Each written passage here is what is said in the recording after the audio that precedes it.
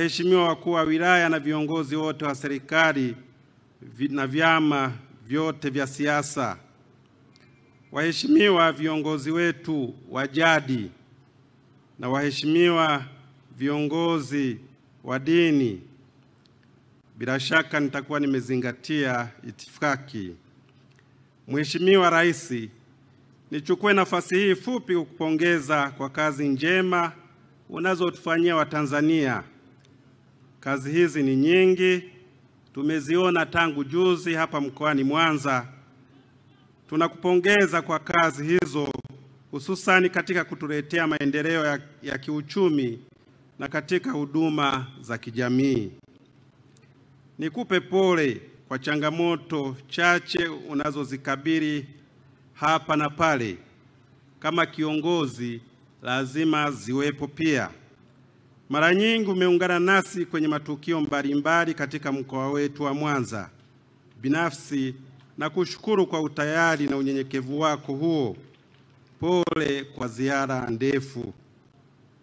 Ninakushukuru kwa hatua mbalimbali zinazofanyika kuhusiana na utoaji wa vibali na utunzaji na umiliki wa nyara za serikali katika kituo chetu cha makumbusho hapa Bujora. Hili ni jambo jema linaloonyesha utambuzi wa nafasi ya utamaduni wetu wa Kiafrika. Pia ninakushukuru kwa utayari ulionao daima wa kukutana na hata kuwakutanisha na kuwawezesha viongozi wetu wa jadi, watemi wetu na machifu wa maeneo yote hapa Tanzania. Uwepo wa hawa viongozi wetu wa jadi ni kielelezo tosha kuwa hata sisi wa Afrika tupo na tulikuwepo hata kabla ya ujio wa wageni waliotufikia kutoka nje ya Tanzania na Afrika. Dhana ya kubeza vya kwetu na kuhusudu kila kilicho cha kigeni ni mawazo potofu. Tuwaenzi viongozi wetu hawa.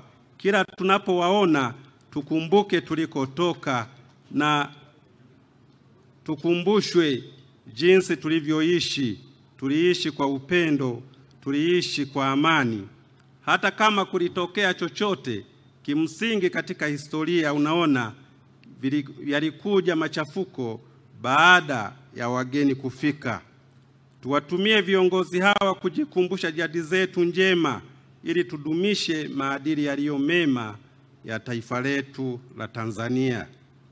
Mwisho, ninakutakia baraka nyingi za Mwenyezi Mungu na ninakuombea heri katika jitihada zako njema. Tuombee na uchaguzi wetu uende vyema, na wewe tunakuombea ili ushiriki vyema katika zoezi hilo. Mungu ibariki Tanzania. Mungu awabariki nyote. Asanteni sana kwa kunisikiliza. Asante, tunakushukuru sana Baba Askofu wa Jimbo Kuu Katoliki la Mwanza. Mheshimiwa Chifu Hangaya